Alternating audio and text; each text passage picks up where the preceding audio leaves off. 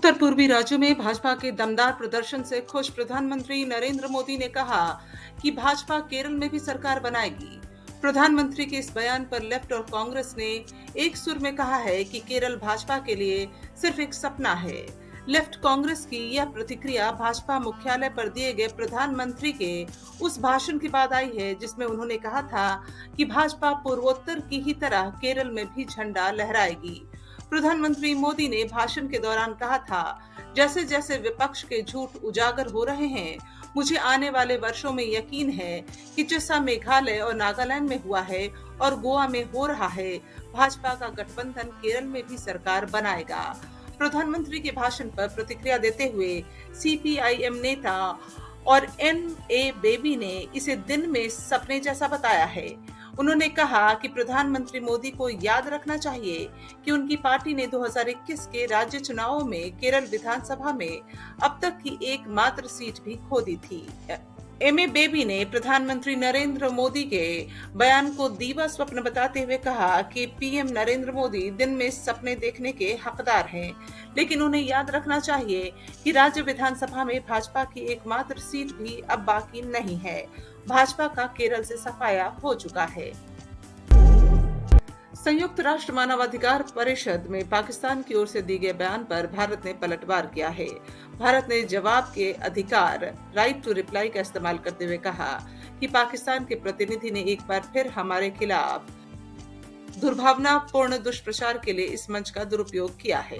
भारत ने कहा, पाकिस्तान के खुद के जांच आयोग को पिछले एक दशक में जबरन गायब किए जाने की 8,463 शिकायतें मिली है। बलूच लोगों ने इस क्रूर नीति का खामियाजा भुगता है। छात्रों, डॉक्टरों, इंजीनियरों, शिक्षकों और सामुदायिक नेताओं को राज्य द्वारा नियमित रूप से गायब कर दिया जाता है। भारतीय राजनयिक सीमा पुजानी ने कहा, पाकिस्तान में अल्पसंख्यकों के लिए धार्मिक आजादी नहीं है। अहमदिया समुदाय को अपनी आस्था का पालन करने के लिए प्रताड़ित किया जा रहा है। भारत ने आगे कहा, ईसाई समुदाय के साथ भी उनका उतना ही बुरा व्यवहार है। इसे अक्सर सख्त ईश निंदा कानूनों के जरिए लक्षित किया जाता है। राज्य के संस्थान आधिकारिक तौर पर ईसाइयों के लिए सफाई कर्मी की नौकरियों को आरक्षित करते हैं। भारत के नेतृत्व में क्वाड के सदस्य देशों के विदेश मंत्रियों की नई दिल्ली में शुक्रवार को हुई बैठक में एक मुक्त और खुले इंडो पैसिफिक के लिए प्रतिबद्धता जताई गई। विदेश मंत्री एस जयशंकर की अध्यक्षता में हुई बैठक के बाद क्वाड देशों ने संयुक्त बयान जारी करते हुए कहा कि क्वाड सदस्य देश नीतियों को लेकर समावेशी और लचीला रुख अपनाएंगे। बैठक में अमेरिकी विदेश मंत्री एंटनी ब्लिंकन, ऑस्ट्रेलियाई विदेश मंत्री पेनी वोंग और जापान के विदेश मंत्री हायाशी योशिमासा ने भाग लिया। इससे पहले सितंबर 2022 में न्यूयॉर्क में क्वाड के सदस्य देशों के विदेश मंत्रियों की बैठक हुई थी। उस बैठक में तय मुद्दों की प्रगति और नई रणनीतियों को इस मीटिंग में जारी रखा गया। क्वाड ग्रुपिंग ने आतंकवाद से मुकाबला करने के लिए समूह के फोकस को तेज करने के लिए काउंटर टेररिज्म पर एक कार्य समूह की स्थापना की घोषणा की है। कांग्रेस सांसद राहुल गांधी ने अपने लंदन दौरे पर शुक्रवार को कैम्ब्रिज विश्वविद्यालय में संबोधन दिया।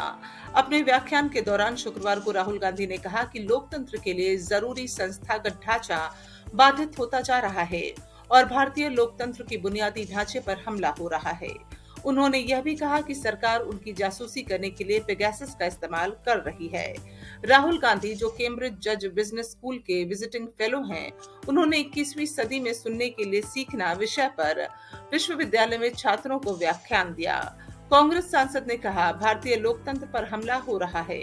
हम लोकतंत्र पर हमले का बचाव करने की कोशिश कर रहे हैं। राहुल गांधी ने विश्वविद्यालय के छात्रों से कहा, मेरे फोन पर पेगासस था। बड़ी संख्या में राजनेताओं के फोन पर पेगासस था। मुझे फोन पर बात करते समय सावधान रहने के लिए कहा गया था। कांग्रेस की पूर्व अध्यक्ष सोनिया गांधी की शुक्रवार को तबीयत अचानक बिगड़ गई। जानकारी के मुताबिक सोनिया गांधी को बुखार आने के बाद सर गंगाराम अस्पताल में भर्ती कराया गया। अस्पताल की ओर से कहा गया है कि सोनिया गांधी अभी निगरानी में है और उनकी मेडिकल टेस्ट किए जा रहे हैं। सोनिया गांधी की हालत अभी स्थिर बताई जा रही है। सोनिया गांधी का चेस्ट मेडिसिन डिपार्टमेंट के सीनियर कंसल्टेंट डॉक्टर अरूप बासु की निगरानी में इलाज किया जा रहा है। सूत्रों के मुताबिक सोनिया गांधी की हालत स्थिर है, घबराने की बात नहीं है। सांस लेने में तकलीफ है, वो पिछले कुछ समय से झेल रही हैं, जिसकी वजह से उन्हें अक्सर नेबुलाइज भी कराया जाता है। उन्हीं कारणों से इस बार भी भर्ती कराया गया है। सर गंगाराम अस्पताल ट्रस्ट के चेयरमैन डॉक्टर DS राणा ने सोनिया गांधी की हेल्थ रिपोर्ट को नॉर्मल बताया है। कांग्रेस की पूर्व अध्यक्ष को फेफड़ों से संबंधित समस्या है।